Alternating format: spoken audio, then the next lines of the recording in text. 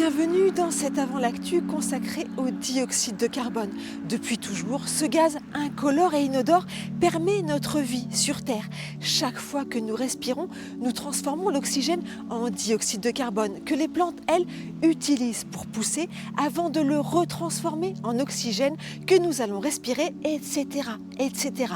Mais depuis 150 ans, les activités humaines ont fait exploser la quantité de CO2 dans l'atmosphère et les conséquences pourraient être dramatiques. Pendant des milliers d'années, notre atmosphère a compté 280 particules pour 1000 de dioxyde de carbone. Il y en a aujourd'hui 412. Tout a changé lors de la révolution industrielle, quand usines et moteurs ont commencé à recracher du CO2. Les voitures, les camions, les porte-conteneurs qui sillonnent les océans, les avions qui passent au-dessus de nos têtes, les transports sont responsables de 27% des émissions de carbone. L'industrie génère 20% du CO2, notre chauffage 19%, l'agriculture 15%. Et ce gaz agit comme la vitre d'une serre. Il laisse pénétrer les rayons du soleil, mais retient les infrarouges qui devraient repartir dans l'autre sens et la Terre se réchauffe. En 150 ans, la température de notre planète s'est élevée d'1,1 degré. Ce degré, c'est un niveau des océans qui a augmenté de 25 cm, des glaciers qui fondent, des îles qui pourraient être englouties, le désert qui avance, des hommes qui ont faim et des espèces animales et végétales qui sont menacées. L'agriculture représente 15% des émissions de CO2 dans l'atmosphère. Alors déjà, des éleveurs s'efforcent de réduire leur empreinte carbone. Le jour se lève à peine et autour de la ferme, la nature est déjà à l'œuvre. Chaque feuille a commencé à stocker du carbone. Henri-Jean et ses vaches aussi sont déjà au boulot. C'est l'heure de la traite, mais eux, à chaque instant, génèrent du CO2. Les vaches ruminent, l'éleveur a besoin d'électricité pour éclairer et faire fonctionner la salle de traite. Alors, il y a quelques années, Henri-Jean a décidé d'agir et de transformer son exploitation en ferme bas carbone. L'objectif vraiment d'une ferme bas carbone, c'est d'arriver à produire ces litres de lait, de viande et ces choses-là en ayant le moins d'impact possible. Donc ce qui se passe, c'est qu'on essaie que les animaux rejettent le moins de carbone et on essaie surtout que la biodiversité de notre exploitation, que ce soit en prairie, en arbres, compense largement les carbones qui sont rejetés.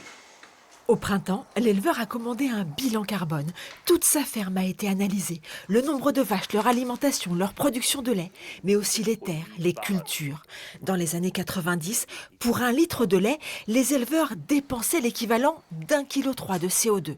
Henri-Jean est descendu à 780 grammes, presque la moitié. Dans une exploitation herbagère comme la mienne, la majorité du temps, c'est les vaches qui vont chercher leur fourrage dans les prairies. Donc on n'a pas besoin de récolter, de stocker et de redistribuer l'alimentation après. La vache fait tout toute seule, donc ça limite fortement le nombre d'heures de tracteur. Il y a 7 ans, Henri-Jean a vendu sa charrue et cessé de labourer. Ce sont les vaches et la nature qui travaillent et font plutôt bien les choses. Tous les végétaux stockent du carbone pour leur croissance, ils en ont besoin. Donc les racines qui se dégradent par tous les vers de terre et toute cette flore et flore-faune du sol, donc ça met vraiment le carbone dans le sol. Et l'avantage de la prairie, c'est qu'elle reste plusieurs années et le sol contient toujours le carbone.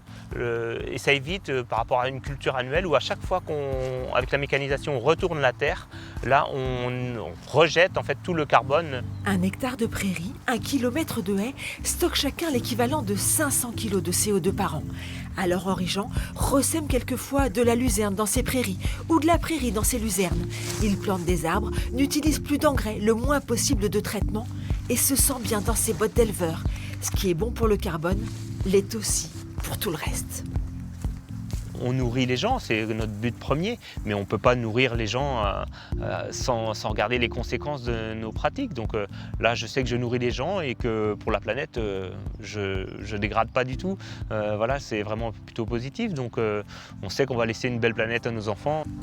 À la ferme, une petite femelle a pointé son museau. À son tour, un jour, elle donnera du lait en consommant peut-être moins de CO2. L'objectif d'ici 2025 est de réduire l'empreinte carbone du lait de 20%. En quelques années, 3000 exploitations laitières bretonnes ont demandé un bilan carbone. On leur a beaucoup dit que c'était eux, l'élevage laitier, l'élevage de ruminants, qui étaient responsables des émissions de méthane, qui a un pouvoir réchauffant important.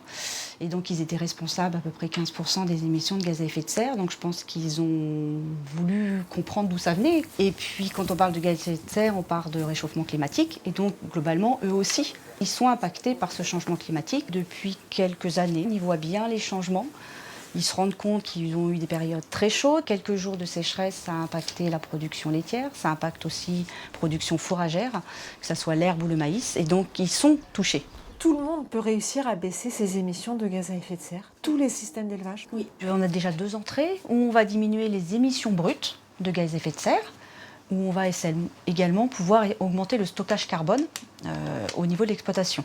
Alors pour les émissions brutes, on peut travailler sur tout ce qui est gestion au niveau du troupeau, essayer d'avoir moins de génisses qui vont avoir des vélages plus précoces. On peut aussi travailler sur l'alimentation des animaux, travailler également sur toute la partie sol avec les cultures, la fertilisation, sur les énergies. Quel que soit son système fourrager, donc le pourcentage de maïs qu'on a en fait dans la surface fourragère, on a moyen d'optimiser les choses et de pouvoir diminuer ses émissions brutes et puis après d'augmenter le stockage carbone. Alors évidemment, plus on adhère, plus c'est facile de l'augmenter, mais même quelqu'un avec du maïs peut augmenter le stockage carbone en revoyant ses rotations. Ça veut dire que l'agriculture fait quelque chose et si chaque secteur d'activité fait quelque chose, mis bout à bout, ça devrait pouvoir améliorer quand même. En moyenne, un arbre stocke entre 25 et 30 kg de CO2 par an. Récemment, des scientifiques ont proposé d'en planter davantage pour compenser notre consommation, sachant que pour les besoins d'un seul Français, il faut 360 arbres par an. Il en faudrait 1200 milliards pour les besoins de la population mondiale. Je vous laisse méditer ce chiffre et je vous dis à bientôt pour un nouveau 7 avant l'actu.